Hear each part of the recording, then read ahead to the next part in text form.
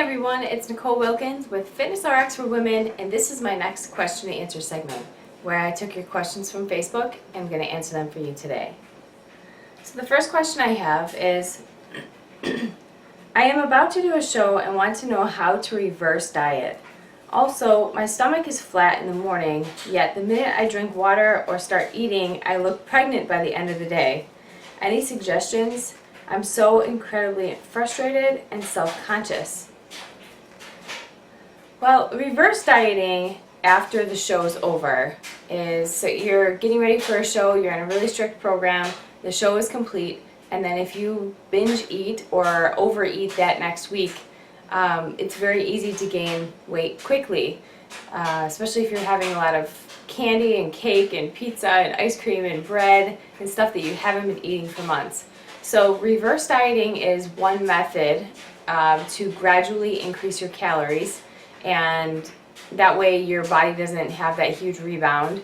So I would start with about, it could be as little as 10 grams of carbs each week, but usually about 100 calories to 200 calories every other week or so after the show is over from carbohydrates or fats, and then see how your body reacts. So just give it time. So reverse dieting it's a process that takes a while, but you really still need to be on a structured program so that you can monitor that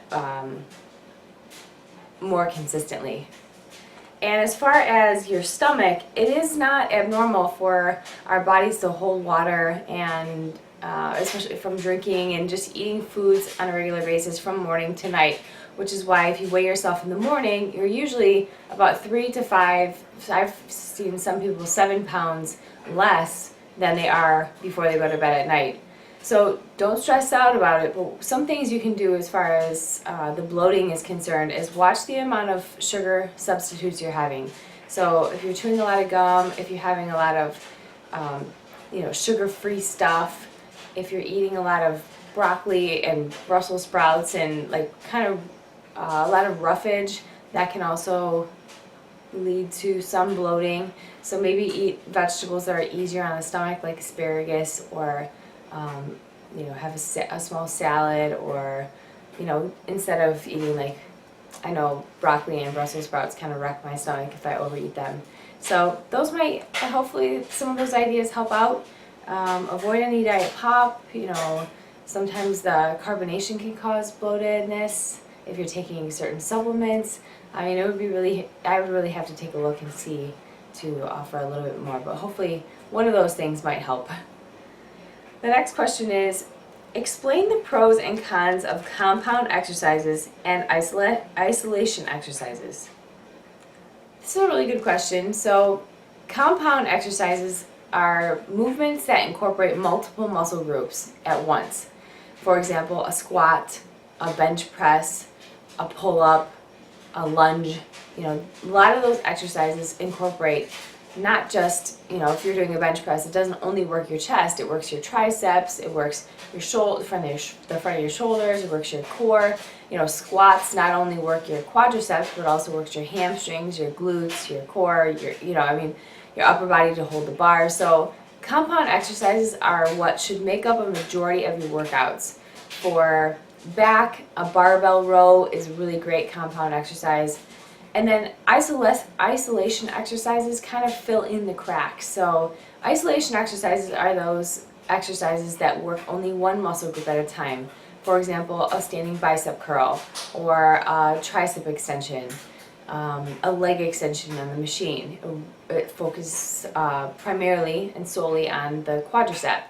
Or a prone hamstring curl, like laying down hamstring curl will focus on the hamstring. So they each have their place, but majority of your workout should consist of compound exercises, as well as adding in some isolation exercises to complete the workout, so you fill in any missing spots in your training. The next question is, everyone says that the older you get, the harder it is to stay in shape. Would you say that's true or false statement, being that you have been in shape for most of your life? Well, I think as we get older, our metabolisms change. Our body could slow down a bit. I think if you're consistent with your diet and training and you start right away at a younger age, it does make it easier. But I do notice as I get older that I hold body fat in certain spots that I didn't have to worry about before. But also, it never really quite gets easier. You just get better at it. So the longer you do it, the easier and the more you know about your body. So I do think your metabolism in your body in general does change as you get older. But I don't necessarily think it's easier or harder. I just think it's a process that constantly has to be adjusted and changed as you go through the years. The next question is, hi Nicole, I'm training regularly but still get very sore after each training, especially my lower body. This sometimes lasts up to 5 days and prevents me from training the same body part twice a week. Also, feeling constantly sore over the week makes me become weaker rather than stronger. What should I do? Well, if this is happening on a consistent basis, maybe your body is obviously not recovering as efficiently as it could. So, your legs shouldn't really be sore for 5 days or 6 days a week every week. And if that's the case, then I would not hit them more than once. I would just hit them one time because obviously you're hitting them pretty hard. But some of the things that could be preventing your recovery is your nutrition. So take a look at your nutrition. Maybe you're not eating enough to support the hard training you're doing. Also, if you're drinking enough water, you could take Epsom salt baths, which could help with recovery. Make sure you're getting enough sleep. So if you're not sleeping enough, you could take a glutamine supplement after your weight training, and that can help with muscle recovery, as well as a branched chain amino acid that you could take during your workout. So some of those things might help, but make sure you're stretching on a regular basis. If you don't incorporate yoga, that might be something to consider. But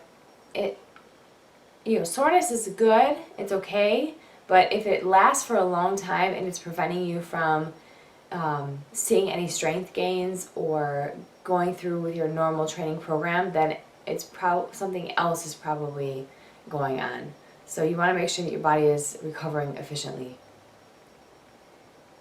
And the last question I have is, why is it okay to drink protein shakes and not bars? I've heard this before in the bodybuilding community. What is the difference? They both have issued protein and are about the same calories.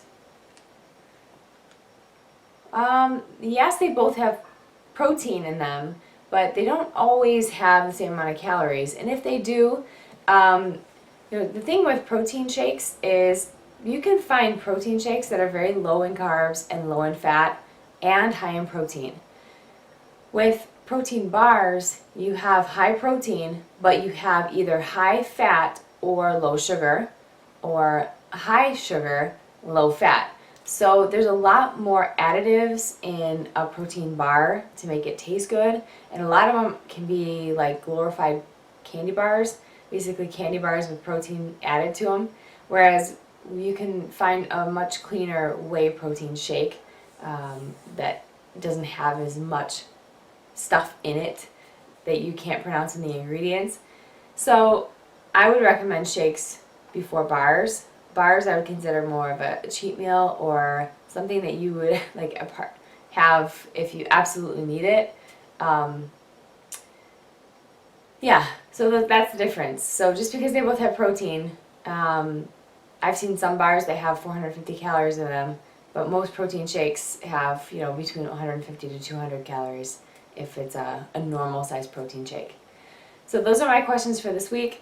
Hopefully those helped you guys live the fit life a little bit more. I'll be back every Friday to answer your questions for you.